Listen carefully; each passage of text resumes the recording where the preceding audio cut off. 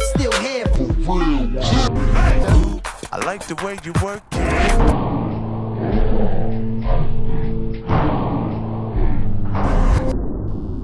Hello. Right, I'm starting now. So, yeah, I'm from Poke in London. I'll try and speak clearly, but I have to speak fast to get through my 5 minutes. I'm here to talk about ads versus things. We're imposters. Lots of people come to us for advertising, and we try and persuade them. Well, we tell them we're an advertising company, but we really don't want to do any advertising. We want to make things. Here's a thing, and this is what ads usually do. They're kind of in between. The people come in, and the ads around the thing. You have to go through the ads to the thing, and we know that, you know, that's where the money. I promised D&D some nice transitions. That's where the money is. But why don't we just, you know, in the internet, with all the millions of choices that people have, why don't we just make the things? If the things can communicate the things that the ads did before, then maybe it's better to do the things, because they have their own gravity. People come to the things. So if you have the message in the things, then do the thing.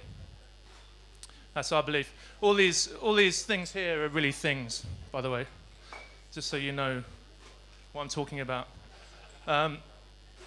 Plus, an important point to make here is the internet hates ads. And look, we do ads. You know, we love ads. We love the money they generate, but you know, we know people hate them, which is why we work so hard creatively to overcome the fact that the internet hates ads. So here's some things that we've done at Poke. This is a baked thing. This is a bakery opened up close to our work, and they just started. Nobody knew about them, but rather than making some ads, we made a thing. And this is the thing.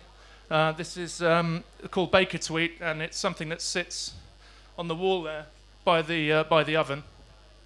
Every time something comes out of the oven, they can turn the handle with their doughy, bready hands and press the button, and then it tweets it onto their Twitter, telling everybody that some fresh things has just come out of the oven. So you can see there's 1,200 people now following this baker in just next door to us. So every time they tweet a croissant's just come out, then you know, there's a little huddle of people coming around to get the fresh bread.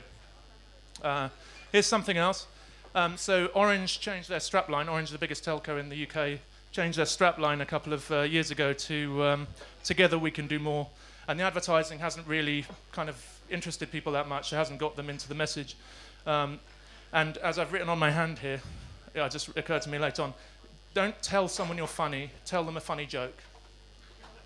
So this is the kind of equivalent. It's like, don't tell them together we can do more, show them together we can do more by getting people involved. So here's an application we launched last week with Orange. It's a sort of social project management tool, so people can like build things together and use it like events or something like that to kind of actually work as a group. And it kind of manages a lot of the tasks, the timelines and things that you'd know from project management tools, but makes the whole thing much more social and much more recreational. But the net result is you end up with these incredible projects that are completed that for everyone who experiences it, they get that feeling deep that, you know, together we can do more. So suddenly that resonates.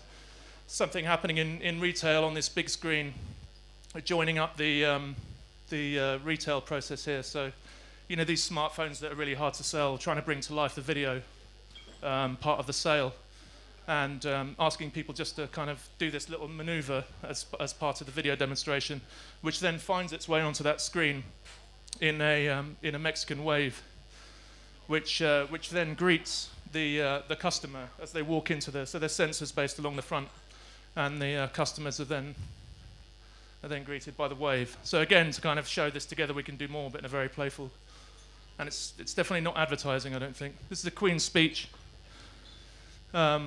Here's some people enjoying the Queen's speech. It's a kind of cultural moment in England. 12 o'clock on Christmas Day, I think it is. The Queen addresses the nation. It's pretty boring. But we're working with a UK charity called Bernardo's, which is a children's charity. Then we've created the teen speech, which is a kind of property. It's a whole bunch of activity which is about giving the teenagers of the nation a voice to address the nation as the Queen does on Christmas Day.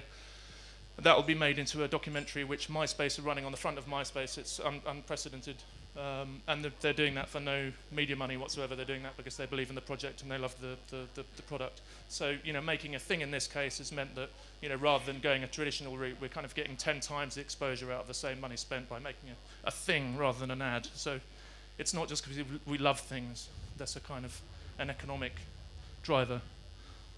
I'm over 5 minutes. Sorry. Right, 1 more minute. Okay. So shocking things. This is something we did 5, 6 years ago now. Global rich list, Forbes rich list. We know.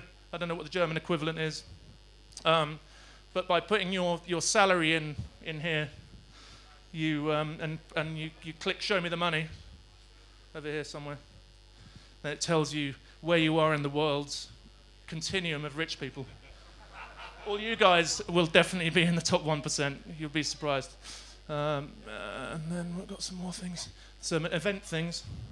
So this is the first internet balloon race across the internet. So these are real web pages.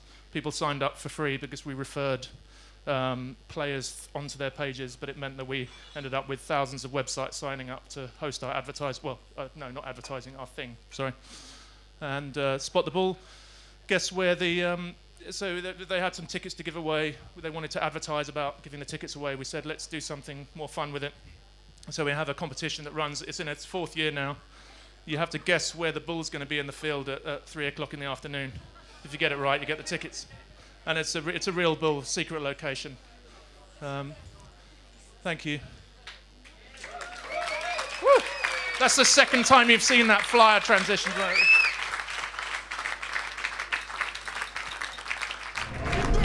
still here. I like the way you work it.